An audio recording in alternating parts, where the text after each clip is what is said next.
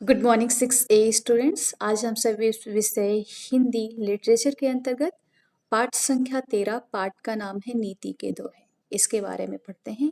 नीति के दोहे हमारे रहीम दास द्वारा लिखे गए हैं। रहीम दास एक अवधी के और ब्रज भाषा के एक बहुत ही प्रसिद्ध लेखक हुए हैं, प्रसिद्ध कवि हुए हैं, जिन्होंने अनेक जो है बुक्स लिखी हैं, सॉरी अनेक जो है ग्रंथ इन्होंने लिखे हैं, जिसके अंतर्गत इन्होंने श्रृंगार सोरठा, रास पंचाध्यायी, रहीम रत्नावली, बरवे नायिका, इस तरीके से इन्होंने बहुत ढेर सारी रचनाएं की हैं। और उन्हीं में एक रचना इन्होंने जो कि दोहे श्रृंगार सोरठा के अंतर्गत जो इन्होंने दोहे दिए हैं, ठीक है। तो उन दोहों का विवरण यहाँ पर दिया जा रहा है। वो दोहे हैं हमारे चिल्ड्रन। उसमें इन्होंने समाज को, नीति का मीनिंग क्या होता है, जैसे चैप्टर के अकॉर्डिंग जाते हैं, नीति का मतलब क्या होता है, समाज में जो चीजें हैं उन चीजों को सुधारने के लिए जब हम किसी चीज को लिखते हैं, कवि लोग लिखते हैं, तो नीति के दोहे कहलाते हैं। जैसे कि कबीर की दोहों को साखी कहते हैं, और उसी तरीके से रहीम दास जी के जो दोहे होते हैं उनको कहीं कहीं पर सिर्फ दोहे लिखा होता है और कहीं कहीं नीति के दोहे। हालांकि इस चैप्टर का नाम ही नीति के दोहे, यानी समाज की उस हर दुष्प्रवृत्ति को कम करने के लिए, या जो समाज में चीजें प्रचलित हैं उनको ऑब्जर्व करते हुए हम वैसा ना करें, इस बात का उपदेश चैप्टर में इस दोहों के अंतर्गत रहीमदास जी ने देने का प्रयास किया है। ठीक है, तो आइए पहला जो स्टार्ट करते हैं हम सभी नीति के दोहे, वो अंश के नाम से जो आईडी है, ऑन करिए बेटा अपनी माइक। अंश, आर यू देयर?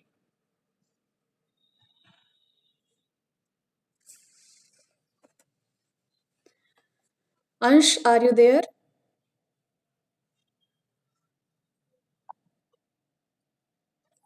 अच्छा बेटा, बुक ओपन कर रखी है आपने या नहीं? ओपन कर रखी है, गुड बॉय। चलिए, page number 9898 Hindi literature book, जो फर्स्ट पहला दोहा है उससे आपको पढ़ना है। पढ़िए।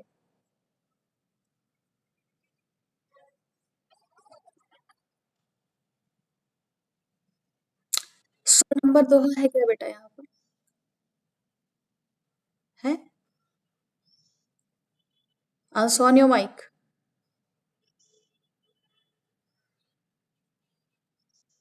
अंश इज लेफ्ट। ओके।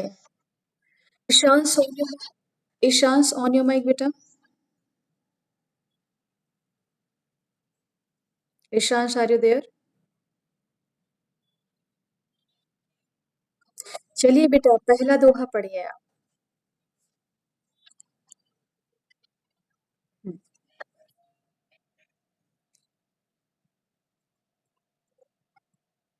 हम्म। मत तोड़ो, चटका है। हम्म।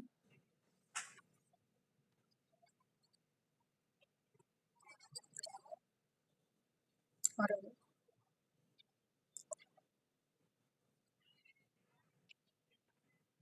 बुक खुली है आपकी? Wait Ishan, wait, wait wait wait. Ishansh, book open है बेटा? What are you doing? किसी भी स्टूडेंट की बुक ओपन नहीं रहती, सिवाय ईशान के, कुशाग्र के और श्रेयांशी, एक आध स्टूडेंट और हैं जिनकी बुक ओपन रहती है। जितने भी वर्ड्स मैंने रिपीट किए उतने ही ईशांश ने रिपीट किए, क्योंकि बुक नहीं ओपन है। वो भले ही क्लास ऑन करके बैठ गए, उनका चाहे पेरेंट्स के डर की वजह से चाहे कोई भी, लेकिन एटलीस्ट जो हम सिखा रहे हैं, बता रहे हैं, उसके लिए तो बुक ऑन कर लीजिए, ओपन कर लीजिए ना।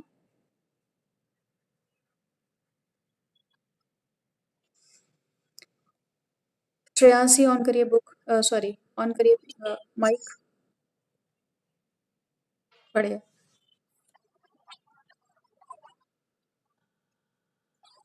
हम्म। ओके। रितिका, आप पढ़ें इसको।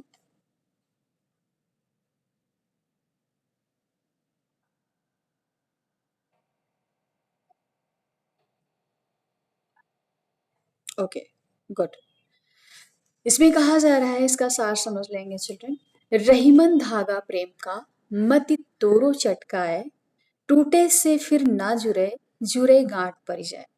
इसमें ये कहा जा रहा है कि जब किसी से हमारा कोई प्रेम संबंध होता है, विश्वास का संबंध होता है, मित्रता का संबंध होता है, यहाँ पर पर्टिकुलर किसी प्रेम या वो जो क्या कहते हैं, प्रेमी प्रेमिका वाइफ हस्बैंड वाले प्रेम की बात नहीं की जा रही है।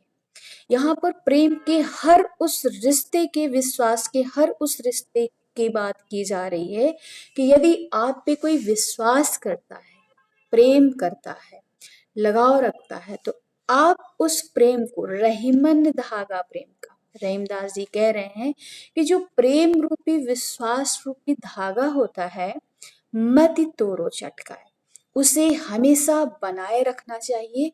उसे क्रूरता के साथ तोड़कर, चटका कर उसे तोड़ना नहीं चाहिए।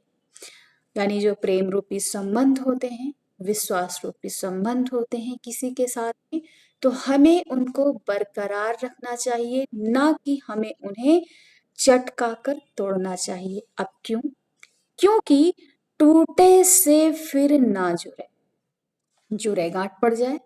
आप लोगों ने, उन्होंने धागे का एग्जाम्पल देते हुए प्रेम रूपी संबंध को जोड़ दिया है।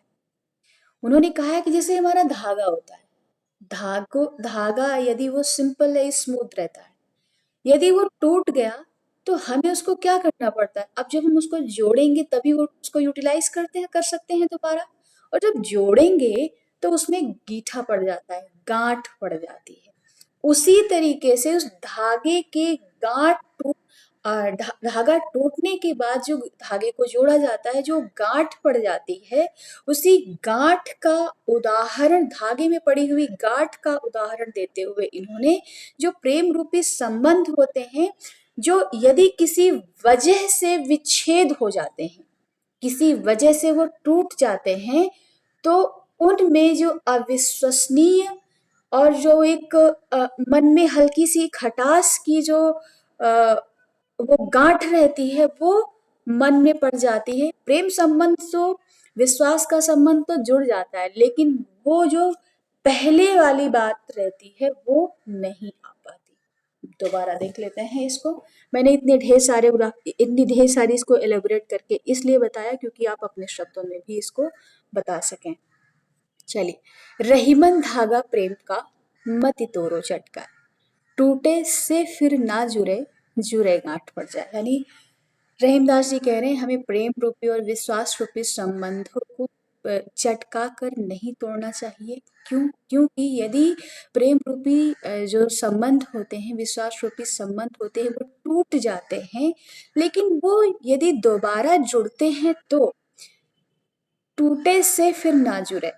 उसी प्रकार वो जुड़ तो जाते हैं, लेकिन जैसे कि धागा होता है, उसको दोबारा जोड़ने पर गांठ पड़ जाती है। ठीक उसी प्रकार प्रेम संबंध, विश्वास विश्वास जो होता है, लोग जुड़ जाते हैं, लेकिन वो जो गांठ होती है मन में, वो उसी धागे में पड़ी हुई गांठ की तरीके से होती है। अब इसको कौन अपने शब्दों में बता सकता है? कोई बता सकता है? ईशान, मेरी आवाज आ रही है? चलिए ईशान, इसको बताएं।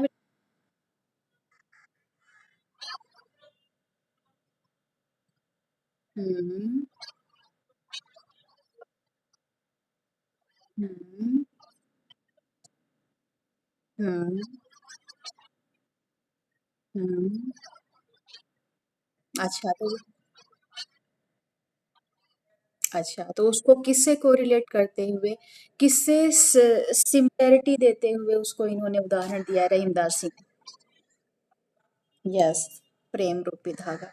यानी धागा जब टूटता है तो गांठ पड़ जाती है। सिंपल है, सुनेंगे ध्यान से सभी।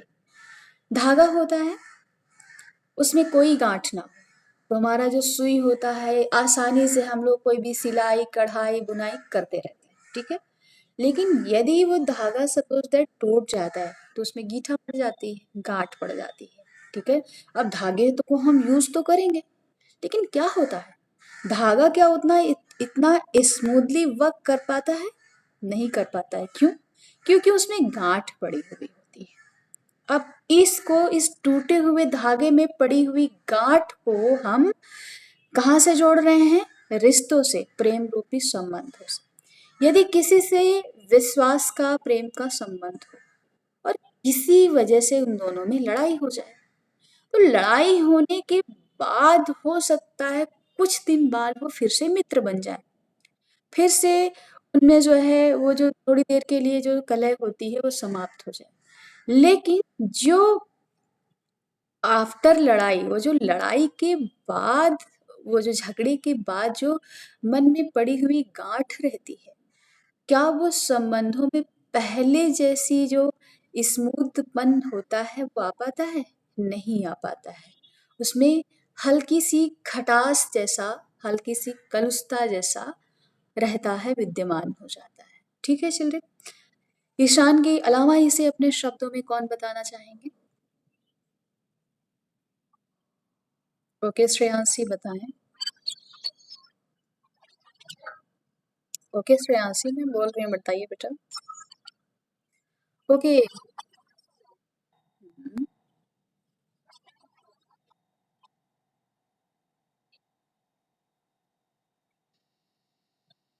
हम्म,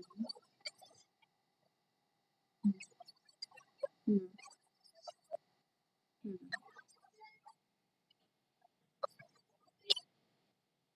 हम्म।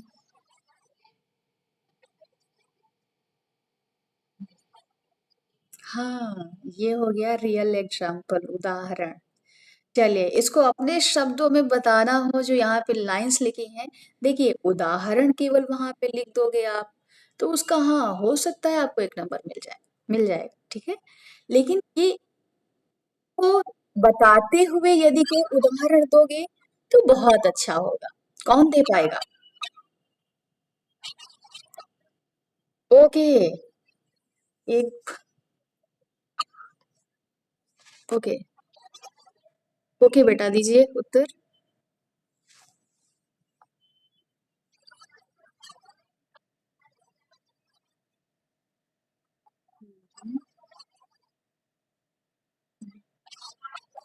हम्म, हम्म, हम्म,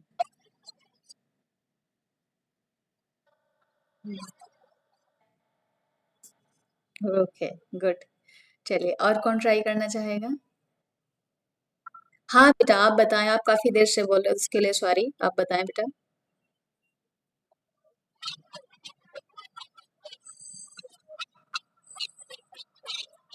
हम्म,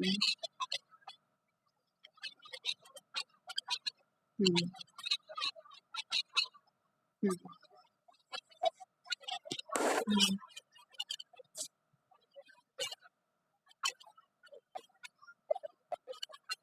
हम्म, ओके, गुड।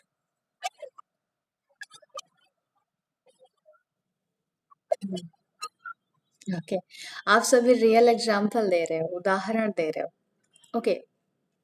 अ, जैसे हम कोई चीज राइटर की लिख रहे होते हैं तो उदाहरण, दैट इज वेरी गुड। उदाहरण आप दे रहे हैं तो इसके इससे ये पता चल पा रहा है कि आप जो ये दोहा है इसको समझकर आप जो रियल लाइफ है उसमें कैसे उसको यूटिलाइज हो रहा है, कैसे वो काम करता है, इसके बारे में आप सब बता रहे हो, ठीक है। लेकिन जब हम इस पर्टिकुलर व्याख्या की बात करते हैं तो आप लोग बिल्कुल उसके आसपास हो, लेकिन इसको जैसे हम वर्ड टू वर्ड एक्सप्लेन करें तो सिर्फ, चाहे इसको दो तरीके से आप सभी कर सकते हैं। चाहे तो आप पहले थ्रेड टूटना है, जुड़ना है, फिर उसके बाद उसमें गांठ पड़ जानी है। इस उदाहरण के साथ में आप स्टार्ट कर सकते हो।